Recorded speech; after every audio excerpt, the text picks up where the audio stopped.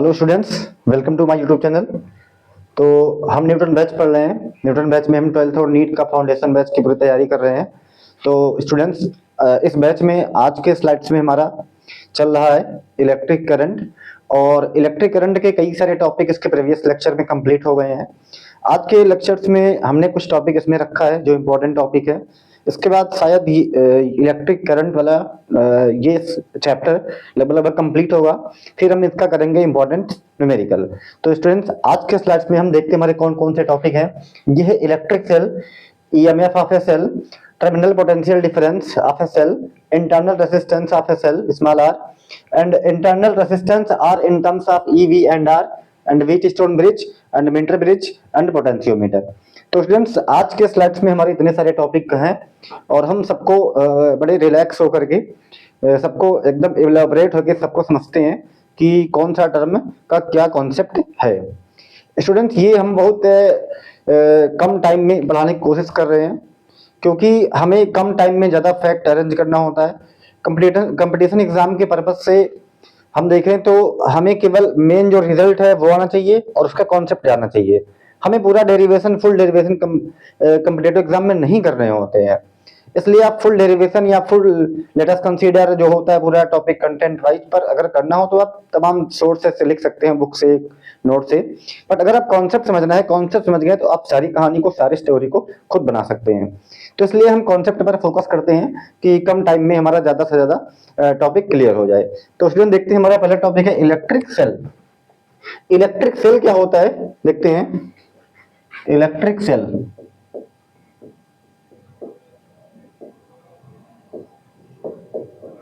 तो students, electric cell एक ऐसी डिवाइस होती है जिनसे हम किसी भी टाइप के एनर्जी को चेंज कर सकते हैं इलेक्ट्रिकल एनर्जी में। That device is called electric cell.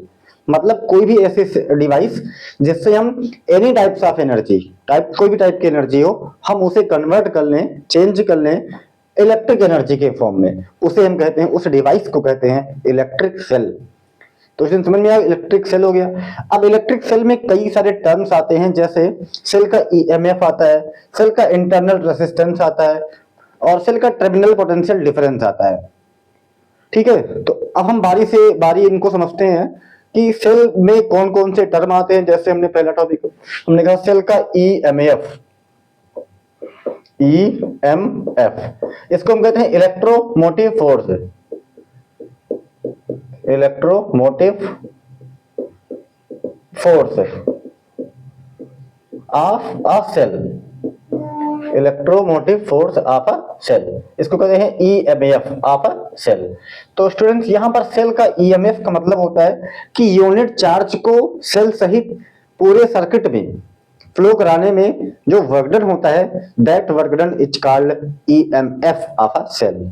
जैसे अगर हम यहाँ पर एक सेल बनाएं, सपोज दैट सेल, मान लीजिए सेल में दो टर्मिनल होते हैं, एक प्लस एक माइनस, और हम इनसे किसी रेजिस्टर को कनेक्ट कर देते हैं। ये वाला सर्किट हो गया कंप्लीट। ये कैपिटल आर है, ये हमारा पॉजिटिव है, ये नेगेटिव है, ये करंट इसमें जाएगा आई। ठीक है, तो स्टूडेंट, यहाँ पर यूनिट चार्ज को पूरे सर्किट में, सेल सहित पूरे सर्किट में फ्लो कराने में, हाँ, यहाँ पर इलेक्ट्रॉन यहाँ से फ्लो होगा, नेगेटिव चार्ज होता है, तो नेगेटिव टर्मिनल से इलेक्ट्रॉन पूरा फ्लो होगा, पूरे वायर से, पूरे सर्किट से फ्लो होगा, और ये इसके पॉजिटिव टर्मिनल की तरफ अट्रैक्ट करेगा, और सेल के भीतर जो इलेक्ट्रोलाइट मटेरियल है वहां से फ्लो होगा। तो इसका रिजल्ट मतलब ये हो गया कि हम अगर यूनिट चार्ज को सेल के सहित में पूरे सर्किट में फ्लो कराने में जो वर्क डन होता है, that work done is called EMF of a cell. Definition अगर जानना चाहे तो आप कहेंगे work done to flowing a unit charge, work done to flow a unit charge through the whole circuit including the cell, that is called EMF of a cell. तो लिखेंगे E is equal to W upon Q, ये होगा W upon Q, यही होता है इनका formula होता है। इसको लिख सकते हैं E बराबर W बाई Q लिख सकते हैं स्टूडेंट्स। तो यही होता है सेल का ईएमएफ, और ईएमएफ इनका जो एसआई यूनिट होता है, ये होता है वोल्ट होता है, या जूल पर कूलम होगा। तो ये हो गया हमारा सेल का ईएमएफ। अब नेक्स्ट टर्म इसमें आता हमारा कि सेल का टर्मिनल पोटेंशियल डिफरेंस क्या होता है। सेल का टर्मिनल पोटेंशियल डिफरेंस, तो इनको देखते हैं।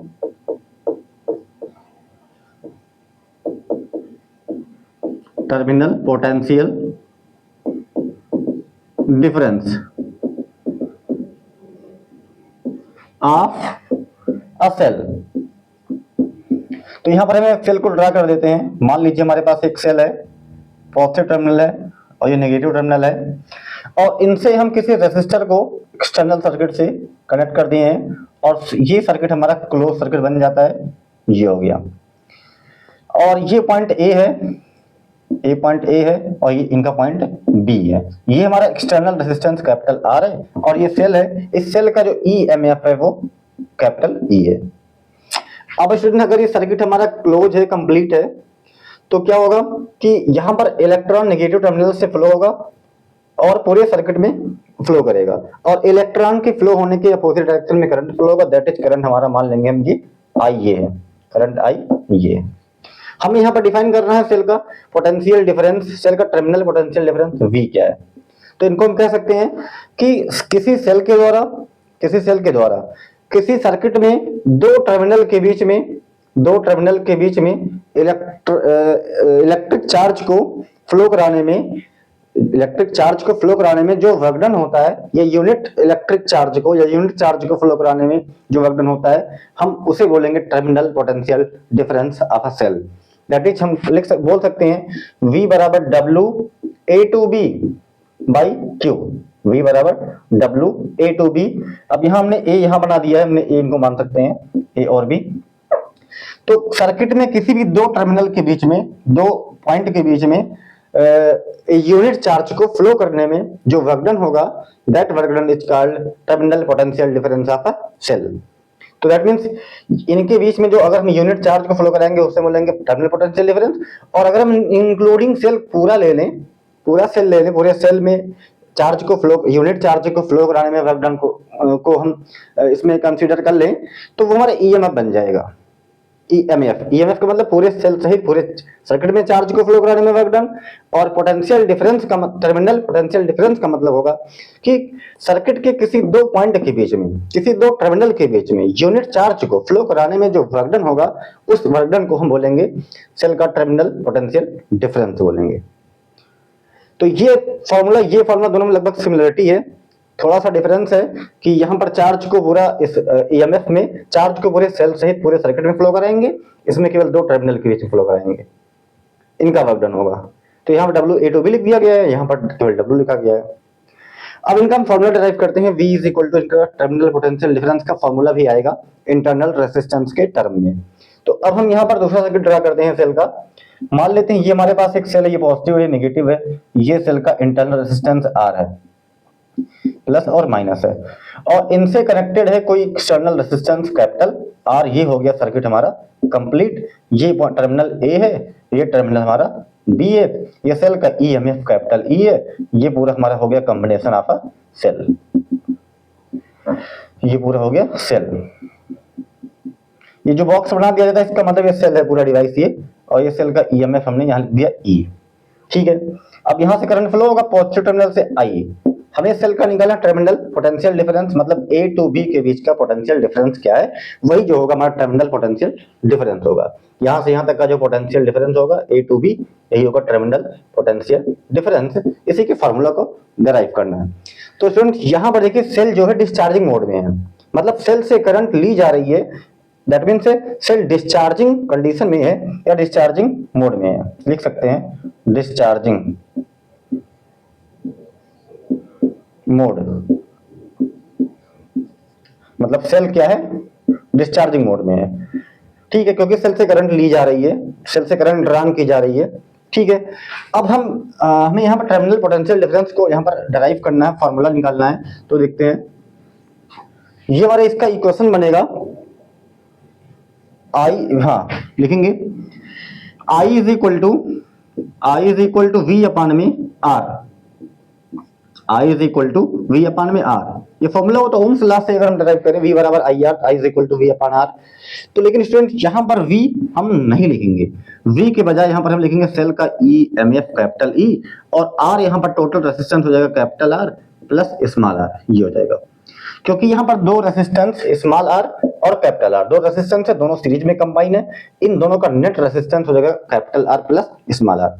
आई is equal to E upon R, E यहाँ पर सेल का ईएमएफ हो गया मतलब वी हो गया, तो I is equal to E upon R. अब यहां से अगर हम इनको सॉल्व करें, इंप्लाइज दैट आई और R plus small are is equal to capital E, ठीक है। तो capital E is equal to आएगा I capital R plus I small are, ये फॉर्मूला बनेगा। अब स्टूडेंट से जो आई स्मॉल आर है, ये potential difference across the resistor है आर, आई इसमें करंट जा रही आई, इसका रेसिस्टर आर, तो हम इसको लिख सकते हैं E is equal to V plus I small r. और हमें यहां फाइंड करना था potential difference, terminal potential difference V, तो V इज इक्वल टू यहां से फाइंड कर सकते हैं, इनको ट्रांसपोज करेंगे तो आएगा V is equal to E minus I into r. तो ये हमारा है terminal potential difference of a cell. यहां पर स्मॉल जो कैपिटल ई है, ये क्या है, सेल का ईएमएफ है, वी टर्मिनल पोटेंशियल डिफरेंस है, आई करंट है, और स्मॉल आर जो होगा internal resistance of a cell. तो अब स्टूडेंट्स इस वाले फॉर्मूले से कुल रिजल्ट क्या आया है कि जो वी की वैल्यू होगी, वी मतलब टर्मिनल पोटेंशियल डिफरेंस, वो सेल की ईएमएफ से हमेशा थोड़ा कम होगा, आई आर मतलब थोड़ा लेस होगा, मतलब वी कभी भी ई से ग्रेटर देन नहीं हो सकता, यह सवाल दिया जा सकता है। जो टर्मिनल पोटेंशियल डिफरेंस होता है वो वी सेल की ईएमएफ से ग्रेटर कभी नहीं हो सकता है। ये इसके इक्वल तो हो सकता है, लेकिन इसके इक्वल होने पे एक शर्त होगी, वी बराबर ई होगा तब जब when small are is equal to 0। अब इस फॉर्मूले में अगर स्मॉल आर को 0 कर दिया जाए तो यहां पर क्या वी इज इक्वल टू ई बन जाएगा, तो ये कंडीशन एक बन गई। तो स्टूडेंट्स यहां पर जो टर्मिनल पोटेंशियल डिफरेंस का फॉर्मूला ये वाला है, ये तब के मोड में है जब सेल डिस्चार्जिंग मोड में है। कौन से मोड में, डिस्चार्जिंग सेल। अब अगर सेल मान लीजिए चार्जिंग मोड में हो गया, चार्जिंग का मतलब अगर हम सेल को चार्ज कर रहे हैं, बैटरी को चार्ज कर रहे हैं, तो उस कंडीशन में जो फॉर्मूला यहाँ पर टर्मिनल पोटेंशियल डिफरेंस, तब देखिए तो हम यही लिख दे रहे हैं चार्जिंग मोड में, चार्जिंग मोड। तो चार्जिंग मोड सेल में जो terminal potential difference V is equal to formula बनेगा, वो बनेगा E plus I into small are, ये फॉर्मूला बन जाएगा। तो चार्जिंग मोड में हमारा जो टर्मिनल पोटेंशियल डिफरेंस होगा V, इस कंडीशन में V जो है ग्रेटर देन E आएगा, V ग्रेटर देन E होगा, और इस वाले में V लेस देन E आता है। ये दो कॉन्सेप्ट इनके हो गए। तो स्टूडेंट ये हो गया डिस्चार्जिंग ऑफ ए सेल, ये हो गया चार्जिंग ऑफ ए सेल। इन्हीं दोनों फॉर्मूले पर न्यूमेरिकल दिए जाते हैं कंपटीशन एग्जाम में भी और बोर्ड एग्जाम में भी। तो ये हमारा कॉन्सेप्ट है हमारा किसका, ये क्या नाम है, terminal potential difference of a cell. Next होता है हमारा internal resistance of a cell small r. तो इंटरनल रेजिस्टेंस का डेफिनेशन सेम वैसे जैसे रेजिस्टेंस की है। जैसे रेजिस्टेंस का मतलब होता है कि the factor which resists the flow of electric current in a conductor, that factor is called resistance। उसी फैक्टर को रेजिस्टेंस कहते हैं जो इलेक्ट्रिक करंट के फ्लो होने के रोकता है, रेसिस्ट करता है। तो सिमिलरली यहाँ पर इंटरनल रेजिस्टेंस भी वैसे होगा। जैसे मान लीजिए कोई सेल है, सेल में दो इलेक्ट्रोड होंगे, एक प्लस होगा एक माइनस होगा, तो और इसके बीच में भरा होता है इलेक्ट्रोलाइट मटेरियल,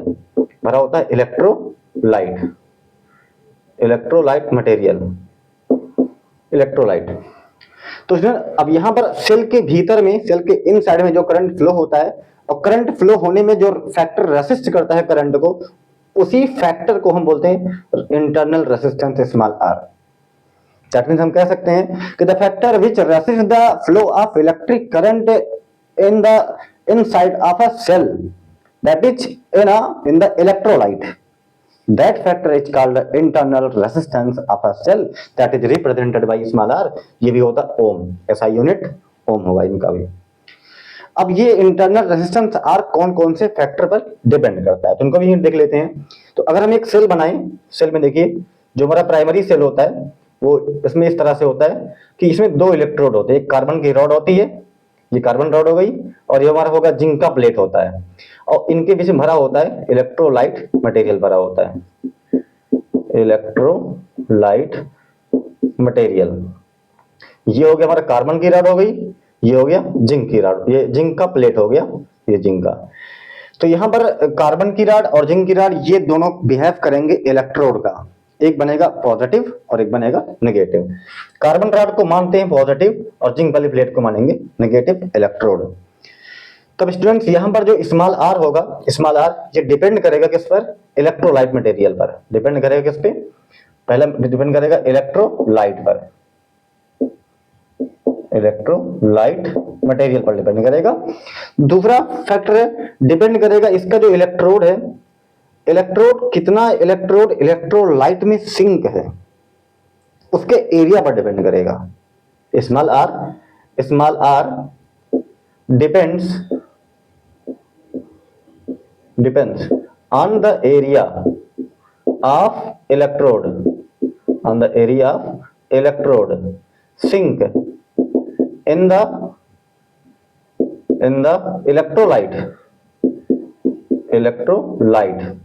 electrolyte में कितना एरिया डूबा हुआ है उस पर डिपेंड करेगा। और स्मॉल आर डिपेंड करता है इनके बीच के डिस्टेंस पर, इनके बीच का डिस्टेंस मतलब जो दोनों इलेक्ट्रोड होते हैं उनके बीच का डिस्टेंस क्या है, सेपरेशन क्या है, उस डिस्टेंस पर भी ये डिपेंड करता है स्मॉल आर। और स्मॉल आर इलेक्ट्रोलाइट के कंसंट्रेशन पर भी डिपेंड करता है, इनके नेचर पर भी डिपेंड करता है। ठीक है स्टूडेंट, तो और भी इसको ठीक है, तो इतना सारा फैक्टर है जो स्मॉल आर को अफेक्ट करता है या स्मॉल आर डिपेंड करता है। इसमें जो मेजर जो जनरल है, जो मतलब मेजर पार्ट है वो दिया जाता है कि स्मॉल आर इलेक्ट्रोड के एरिया पर डिपेंड करता है। तो इलेक्ट्रोड का एरिया जो यही वाला है, यही जो इसमें जितना एरिया इसमें सिंक है, इस यही एरिया जो होगा इसी एरिया पर आर जो है डिपेंड करता है। दूसरा डिपेंड करता है इनके बीच का सेपरेशन पर डिपेंड करता है। तीन दोनों मोस्ट इंपॉर्टेंट हो जाते हैं। तीसरा इलेक्ट्रोलाइट के कंसंट्रेशन पर डिपेंड करता है, इलेक्ट्रोलाइट के नेचर पर डिपेंड करता है। तो नेक्स्ट टॉपिक हमारा होगा internal resistance small are in terms of EV R, मतलब internal resistance small are in the form of E मतलब ईएमएफ, वी मतलब टर्मिनल पोटेंशियल डिफरेंस, मतलब आर मतलब रेसिस्टर, एक्सटर्नल रेसिस्टर। तो इन सारे फैक्टर पर ये डिपेंड करेगा। तो देखते हैं इसको, हमें इसको प्रूफ करने के लिए बोर्ड पे रेज करना पड़ेगा कुछ। तो हमारा नेक्स्ट टॉपिक है internal resistance r, internal resistance of a cell small are in the terms of E V and capital R. यहाँ E EMF of the cell है, V terminal potential difference of a cell है, और R यहाँ पर resistor है। तो हम यहाँ ड्रा करेंगे एक सेल को, ये मान लीजिए सेल है पॉजिटिव नेगेटिव, ये इनका इंटरनल रेजिस्टेंस आर है, और इनसे इनको हम कनेक्ट किए हैं एक एक्सटर्नल रेजिस्टर कैपिटल आर से, ये हो गया कैपिटल आर, ये होगा टर्मिनल ए, ये होगा टर्मिनल बी हो गया, ये प्लस ये माइनस, ये सेल का ईएमएफ ई, ये हो गया हमारा पूरा इतना सेल, ये हो गया सेल। करंट जा रही है आई, ये करंट आई है आई, ठीक है। अब हमें स्मॉल आर को लिखना है ई वी और आर के टर्म में। तो देखिए यहां पर students I is equal to we know that I is equal to कितना होगा ई अपान में small R plus capital R. Equation number first, I बराबर वी अपान आर होता है, तो यहाँ वी की जगह पर हम सेल का ईएमएफ ई को लिखेंगे, और टोटल रेजिस्टेंस स्मॉल आर और कैपिटल आर, स्मॉल आर और कैपिटल आर सीरीज कॉम्बिनेशन में दोनों को जोड़ देंगे तो आर प्लस कैपिटल आर। तो ये क्या पूरे सर्किट का। अब हम देखते हैं टर्मिनल ए और बी के बीच का, टर्मिनल ए और बी के बीच का होगा आई बराबर होगा V by capital R by Ohm's law, equation number second हो जाएगा। अब दोनों में देखिए आई आई सेम है तो हम दोनों को इक्वेट कर लेंगे, तो therefore we can write it V by R is equal to E by small R plus capital R. अब इसी को पूरा सॉल्व कर लेंगे, क्रॉस मल्टीप्लाई करेंगे, V small R plus capital R is equal to E into capital R, तो R plus capital R is equal to आएगा E by V into capital R, implies that, तो यहाँ निकालना हमें small are बराबर आएगा E अपान में V into are और माइनस में R, तो स्मॉल r बराबर कैपिटल R कॉमन कर लो तो आएगा E अपान में V माइनस में 1। ठीक हो गया हमारा formula internal resistance of a cell in terms of E V and capital R, ये इनका फॉर्मूला है। ठीक है स्टूडेंट, यहाँ तक कंप्लीट हुआ। अब नेक्स्ट टॉपिक हमारा Wheatstone bridge. Wheatstone bridge होगा, फिर मीटर ब्रिज होगा, फिर पोटेंशियोमीटर होगा। तो इतना सारा कॉन्सेप्ट आज हम क्लियर हुआ हमारा internal resistance of a cell तक का। अब हम देखते हैं नेक्स्ट हमारा क्या है, वेट स्टोन ब्रिज। तो इसमें हमारा नेक्स्ट टॉपिक है वेट स्टोन ब्रिज। देखिए वेट स्टोन ब्रिज एक ऐसी डिवाइस होती है जिनसे हम किसी भी रेसिस्टर का, किसी वायर का अननोन रेसिस्टर हम फाइंड कर सकते हैं। तो स्टूडेंट हमारा वेट स्टोन ब्रिज ये बैलेंसिंग स्टेट में काम करता है, बैलेंसिंग कंडीशन में काम करता है, और अगर ये बैलेंस रहेगा तब ये वर्क करेगा, तब ये सही वैल्यू बताएगा, और अगर अनबैलेंस रहेगा तब ये काम नहीं करेगा, ये एग्जैक्ट रेसिस्टेंस को नहीं बता पाएगा। तो वेट स्टोन ब्रिज एक ऐसी डिवाइस है जिनसे हम किसी भी वायर का अननोन रेसिस्टेंस फाइंड करते हैं। तो ये हमारा वेट स्टोन ब्रिज। तो वेट स्टोन ब्रिज में देखिए इसमें एक स्क्वायर शेप का स्क्वायर शेप होता है जिसके चारों साइड पर resistor R1, R2, R3 and R4 लगे होते हैं। यहाँ पर students R1, R2 and R3 ये तीनों रेसिस्टर हमारे किसी तरीके से हम इनको जानते रहेंगे, या हम कहें ये नॉन रेसिस्टर रहेंगे। लेकिन R4 जो रहेगा ये अननोन रेसिस्टर है, अननोन है। इसी R4 की वैल्यू को हमें फाइंड करना होता है। ये देखिए इसको क्लैरिटी आपको मिल सकती है जब आप मीटर ब्रिज का एक्सपेरिमेंट करेंगे। मीटर ब्रिज का एक्सपेरिमेंट करेंगे वहां से आपको सारा क्लैरिटी मिल जाएगी। मीटर ब्रिज में R1, R2 कौन है, R3 कौन है और R4 कौन है।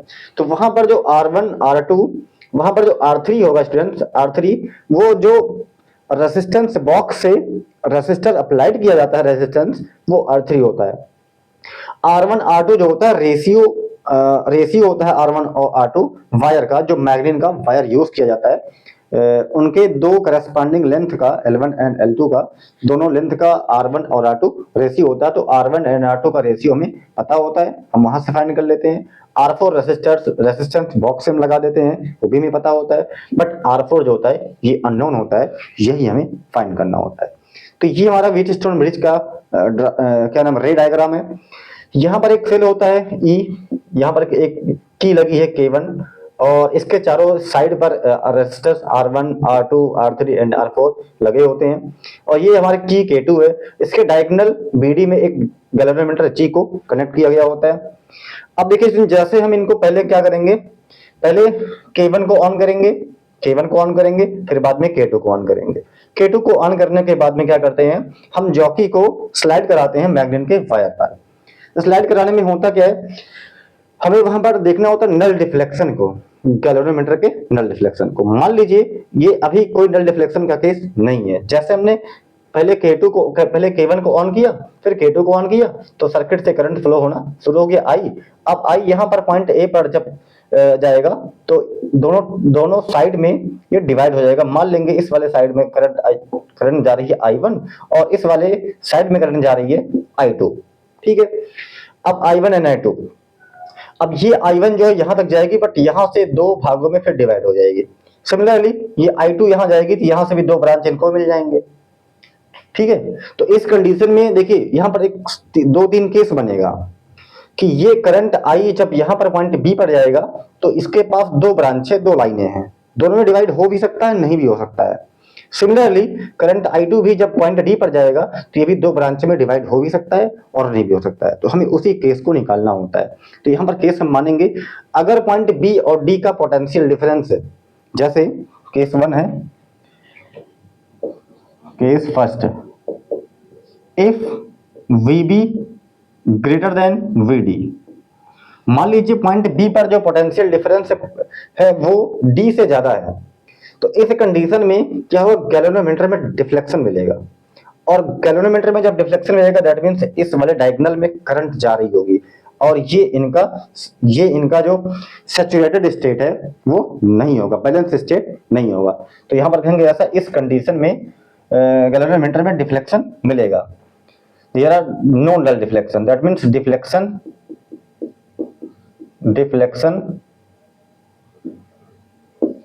इन गैल्वेनोमीटर जी, मतलब हम there are find a deflection in galvanometer G, जो कि यहाँ पर ये बैलेंस स्टेट नहीं होगा। दूसरा केस सेकंड कर लेंगे। केस सेकंड, अगर हम कर लेंगे ऐसा VB less than VD, VB less than VD, मतलब पॉइंट बी पर जो पोटेंशियल डिफरेंस है ये D से कम है, या ये कहें D पर पोटेंशियल ज्यादा है पोटेंशियल डिफरेंस और B पर कम है, तो इस कंडीशन में भी गैल्वेनोमीटर G में डिफ्लेक्शन मिलेगा। तो यहाँ भी क्या मिलेगा, डिफ्लेक्शन मिलेगा। तो ये भी हमारा सैचुरेटेड स्टेट नहीं है या बैलेंस स्टेट नहीं है, और ना ही ये है। तीसरा केस हम इमेजिन करते हैं, केस थ्री। तो तीसरे केस में हम मानेंगे ऐसा VB इज इक्वल VD, मतलब पॉइंट B और पॉइंट D दोनों पर जो पोटेंशियल डिफरेंस है वो सेम है। अगर दोनों पर पोटेंशियल डिफरेंस इक्वल है तो स्टूडेंट्स इस कंडीशन में डायगोनल में कोई करंट नहीं जाएगी और गैल्वेनोमीटर बताएगा जीरो डिफ्लेक्शन या नल डिफ्लेक्शन, जो होगा जीरो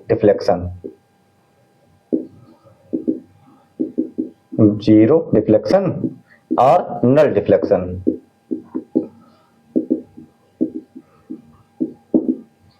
इन गैल्वेनोमीटर तो ये होगी इनका balancing state. It is the balancing state of Wheatstone bridge. तो ये व्हीटस्टोन ब्रिज की बैलेंसिंग स्टेट होगी और इसी बैलेंसिंग स्टेट में ये ऑपरेट करता है। तो इसमें हम इसके तीसरे केस में यही हमारा केस होगा, तीसरा केस जो है यही बैलेंसिंग स्टेट है और इसी स्टेट में ये वर्क करेगा, ऑपरेट होगा। तो बाकी दोनों स्टेट गलत हैं, इसमें ये काम नहीं करेगा। तीसरे केस को हम लेते हैं, तो तीसरे केस में ये होगा डायगोनल में कोई करंट नहीं जाएगी, और डायगोनल में करंट नहीं जाएगी तो ये डायगोनल का जो पूरा वायर है ये हमारा यूजलेस हो जाएगा, इफेक्टिव लेस हो जाएगा। तो अब हम सॉल्व करते हैं ट्रेन इसी टाइम। तो अब हम इनको सॉल्व करते हैं। तो देखते हैं, हम यहाँ पर लगाएंगे किरचॉफ के दो रूल हैं, एक करंट लॉ है, एक वोल्टेज लॉ है। तो यहाँ हम किरचॉफ की वोल्टेज लॉ का यूज करते हैं। तो लिखेंगे loop A B D A in loop A B D A। तो loop A B D A में हम देखते हैं इनका क्या रिलेशन बनेगा। तो जब हम AB में जाएंगे तो करंट जा रही है I1 और रेजिस्टेंस है R1, दोनों सेम डायरेक्शन में, तो आएगा minus I1 into R1। B पर आ गए, B से D पर इसमें नो करंट, D से A पर जाते हैं, तो हम जा रहे हैं D से A की तरफ, करंट आ रही है अपोजिट डायरेक्शन में, तो इनका पोटेंशियल डिफरेंस हो जाएगा पॉजिटिव। तो प्लस करंट इसमें है I2 और इनका रेजिस्टर है R3 इज इक्वल टू 0। तो होगा I2 R3 बराबर, या ठीक है इसको इधर रहने देते हैं, minus I1 R1 is equal to minus I2 R3, minus cancel कर देंगे तो आएगा I1 R1 is equal to I2 R3, equation number first बना देंगे। ठीक है, अब लेंगे हम नेक्स्ट लूप। इन लूप इसको उठा दे रहे हैं तो अननोन था ही, तो in loop B C D B, तो अब यहाँ करंट I1 आ रही थी, यहाँ भी करंट जाएगी I1, इसमें करंट नहीं जाएगी, कोई करंट नहीं है क्योंकि ये जीरो डिफ्लेक्शन का केस है। तो जीरो डिफ्लेक्शन के केस में डायगोनल में कोई करंट पास नहीं होगी। तो ठीक है, ये होगा माइनस I1 R2 और इधर आ रहे हैं तो ये I2 है, ये भी होगा I2 और ये अपोजिट जा रही है तो plus I2 R4 is equal to 0, minus I1 R2 is equal to minus I2 R4 minus minus cancel कर देंगे, I1 R2 is equal to I2 R4। Equation number second मान लेंगे इनको, तो इनको डिवाइड कर लेंगे फर्स्ट बाई सेकंड, तो रिजल्ट आएगा I1 R1 upon I1 R2 is equal to I2 R3 I2 R4।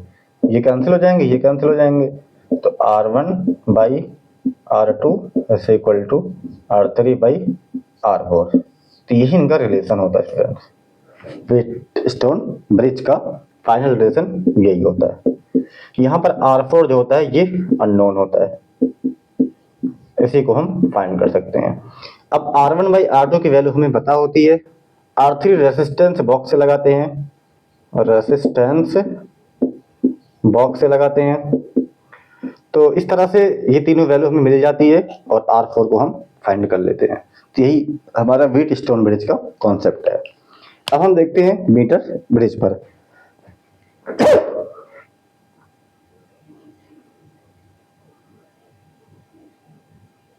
तो स्टूडेंट अगला टॉपिक हमारा मेंटर ब्रिज है। मेंटर ब्रिज व्हीटस्टोन ब्रिज पर के प्रिंसिपल पर बेस्ड एक डिवाइस है जिनसे हम किसी भी अननोन वायर, किसी भी वायर का अननोन रेसिस्टेंस हम फाइंड करते हैं। तो ये इनका जो बेस्ड है प्रिंसिपल ऑफ व्हीटस्टोन ब्रिज पर। तो ये एक डिवाइस है। अब इसका नाम मेंटर ब्रिज है क्योंकि इसमें 1 मीटर लंबी स्केल का यूज किया गया होता है। ये जो ड्रा किया गया है ये एक स्केल है जो 1 मीटर है। इसमें एल आकार की, एल शेप की ये 2 पत्तियां लगी होती हैं, स्ट्रिप लगी होती हैं, और इनके बीच में एक रेक्टेंगुलर स्ट्रिप लगी होती है जो कि मेटल की होती है। ठीक है स्टूडेंट्स, ये एल शेप की 2 मेटालिक स्ट्रिप है और ये हमारा रेक्टेंगुलर मेटालिक स्ट्रिप है। अब इन दोनों के बीच में टर्मिनल लगा होता है, पॉइंट लगा होता है, स्क्रू, और इनके बीच में हम ऐड करते हैं किसको, रेसिस्टेंस बॉक्स को। ये रेसिस्टेंस बॉक्स यही होता है, इनको यहाँ से हम कनेक्ट कर देते हैं। अब रेसिस्टेंस बॉक्स में हम अपने अकॉर्डिंग हम रेसिस्टर को अप्लाइड कर सकते हैं। इसे हम कहते हैं R3, इसे कहते हैं R3। यहाँ से अप्लाइड किया गया, ये हमारा रेसिस्टेंस बॉक्स होता है, रेसिस्टेंस बॉक्स होता है। अब इनके बीच का जो टर्मिनल 2 पॉइंट होगा, इनके बीच में हम ऐड करेंगे, कनेक्ट करेंगे वायर को, जिसका हमें रेसिस्टर फाइंड करना होगा R4। ये अननोन रेसिस्टर है, अननोन रेसिस्टेंस R4। अब इन दोनों पॉइंट के बीच में ये मैग्नीन का वायर होता है, मैग्नीन का ओपन वायर होता है जो कि 1 मीटर लंबा होता है स्केल के जैसा। अब स्टूडेंट्स यहाँ पर इन दोनों टर्मिनल के बीच में कनेक्ट किया जाता है एक्सटर्नल बैटरी को या सेल को, यहाँ से कनेक्ट करते हैं। एक्सटर्नल बैटरी को कनेक्ट कर दिया गया, प्लस माइनस, यहाँ से कनेक्ट कर देंगे रियोस्टेट को RH, और यहाँ से कनेक्ट कर देंगे, एक हम की जोड़ देंगे, की K1 होता है ये, और ये इनको कनेक्ट कर दिया गया इस तरह से। ठीक है, ये हमारा कैपिटल E हो गया। ठीक है, सर्किट कंप्लीट हुआ। अब हम जोड़ते हैं यहाँ पर जॉकी को। जॉकी देखिए कहाँ जुड़ेगा। अब इनका जो ये पॉइंट है, इस पॉइंट से हम एक वायर लेंगे, यहाँ जोड़ेंगे गैल्वेनोमीटर G को कनेक्ट करेंगे। अब इनसे हम कनेक्ट करेंगे जॉकी को, यहाँ तक ले जाएंगे, ये वायर है, इनको इस तरह से करेंगे क्रॉस, और इस तरह से ये होगा जॉकी J। ये हमारा होता है जॉकी J, होता है जॉकी J। ठीक है स्टूडेंट, अब इसी जॉकी J को क्या करते हैं, इस जो वायर है पूरा, इस वायर का नाम कर दें पॉइंट A, और ये पॉइंट B, ये पॉइंट C, A नहीं, B नहीं होगा, ये पॉइंट होगा B, और A B C, ये पॉइंट होगा C, और ठीक है ये हो गया। अब स्टूडेंट्स क्या करेंगे, ये तो पॉइंट हम बाद में डिसाइड कर लेंगे, हमारा सर्किट पहले बन गया। अब सर्किट के बन जाने पर क्या करेंगे, हम जॉकी को, इस जॉकी हमारा एक कॉपर का ही बना हुआ एक पेन के जैसा होता है, जॉकी कॉपर के जैसा, कॉपर का बना हुआ, मेटल का बना हुआ एक पेन के जैसा ही होता है, जो कि बस स्लाइड करने के काम आता है। जो यहाँ पर हमारे पास मैग्नीन का वायर है ओपन, इस वायर पर हम इस जॉकी को स्लाइड करते हैं, मतलब सर्किट को कंप्लीट करते हैं, तो हमारा बनता है डायगोनल BD। ये पॉइंट B, ये जहां भी नल कंडीशन बताएगा वो इनका होगा पॉइंट D। ठीक है स्टूडेंट्स, अब क्या करेंगे, जॉकी को हम पॉइंट ए से स्वाइप करेंगे, इसको हम इस पे स्लाइड करेंगे। तो जॉकी को जब स्लाइड करेंगे तो देखेंगे हम गैल्वेनोमीटर में डिफ्लेक्शन मिलेगा, गैल्वेनोमीटर में डिफ्लेक्शन मिलेगा। अब गैल्वेनोमीटर में डिफ्लेक्शन लेफ्ट और राइट दोनों साइड मिलता है, इधर जाएंगे और इधर जाएंगे, दोनों तरफ में इसमें डिफ्लेक्शन मिलेगा, किसी साइड में लेफ्ट और किसी साइड में राइट मिलेगा। तो होगा क्या, जॉकी को हम इस पर जब स्लाइड करेंगे तो एक कंडीशन कोई ऐसी आएगी जहां पर गैल्वेनोमीटर में जो डिफ्लेक्शन होगा वो डिफ्लेक्शन क्या होगा, जीरो डिफ्लेक्शन या नल डिफ्लेक्शन, नल डिफ्लेक्शन। अब जो नल डिफ्लेक्शन का केस होगा वो मान लेते हैं यहां पर आ गया है, या यहां पर एनी पॉइंट भी आ सकता है, वो इसी पॉइंट को हम मानेंगे डी पॉइंट को, और ए टू डी तक की लेंथ मान लेंगे एल, और डी टू सी तक की लेंथ मान लेंगे L2 या 100 माइनस एल कर लें इनका, तो इनकी लेंथ को हम L2 माने या 100 माइनस एल माने, तो ये हो गया 100 माइनस एल सेंटीमीटर, सेंटीमीटर तो ये होगा एल सेंटीमीटर। 100 क्यों, क्योंकि टोटल यहाँ से यहाँ तक की जो लेंथ है वो 100 सेंटीमीटर की है, और अगर ये यहाँ से यहाँ तक का एल सेंटीमीटर है तो ये यहाँ से यहाँ तक की डिस्टेंस होगी 100 माइनस एल सेंटीमीटर होगी। तो स्टूडेंट्स अब अगर ये नल डिफ्लेक्शन का केस है तो हम डायरेक्ट यहाँ लगा देंगे व्हीटस्टोन ब्रिज का प्रिंसिपल। तो ये देखिए पूरा डायग्राम व्हीटस्टोन ब्रिज के जैसा ही बनता है, जैसे व्हीटस्टोन ब्रिज को हमने कुछ इस तरह से बनाया था, इस तरह से बनाया था, ये था पॉइंट ए, ये पॉइंट बी, ये पॉइंट सी, ये पॉइंट डी, ये डायगोनल था, यहाँ गैल्वेनोमीटर जी था, यहाँ की भी मान लीजिए की था, ये मान लीजिए फिजिक्स में सब मानते ही तो हैं यार, ये हो गया, यहाँ मान लो की है, ठीक है। तो अब देखिए इसका जो शेप है वो सेम इसी के जैसा ही है, ठीक है। अब रही बात R1, R2, R3, R4 को डिसाइड कहाँ किया जाए, तो ये जो हमारा पूरा होगा R3 होगा, रेजिस्टेंस बॉक्स होगा, ये R4 होगा। तो हमने कहा था किसको, R1, R2, ये R3 और ये R4, तो ये हो गया हमारा R3 एंड R4 हो गया। अब हम इस यहां से यहां तक का जो पूरा हमारा डिस्टेंस है इसको मान लेंगे R1, यहां से यहां तक की जो रेजिस्टेंस होगी मैग्नेट के फायर की इसको मान लेंगे R2। तो R1, R2, R3 and R4 चारों यहां पर मिल गए। तो अब in balancing state of Wheatstone bridge, in balance state of Wheatstone bridge,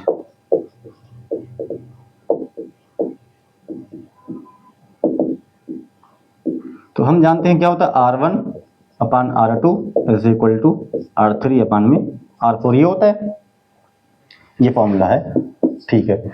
अब यहां से R1 अपान R2 की वैल्यू हम फाइंड कर लेंगे, तो इनके लिए R1 इज इक्वल टू होगा A टू D, तो R1 इज इक्वल टू होगा रो L बाई A, R2 की वैल्यू होगा रो 100 माइनस L अपान में A, वैल्यू को यहाँ पुट कर दो, तो आएगा rho L by A upon rho 100 minus L by A is equal to R3 by R4, rho rho cancel, A cancel, तो बचेगा L upon 100 minus L is equal to R3 by R4, R4 यहाँ में find करना होता है, तो ये आएगा R4 is equal to R3 into 100 minus L upon में L, तो यही इनका एक्सप्रेशन होगा फाइनल।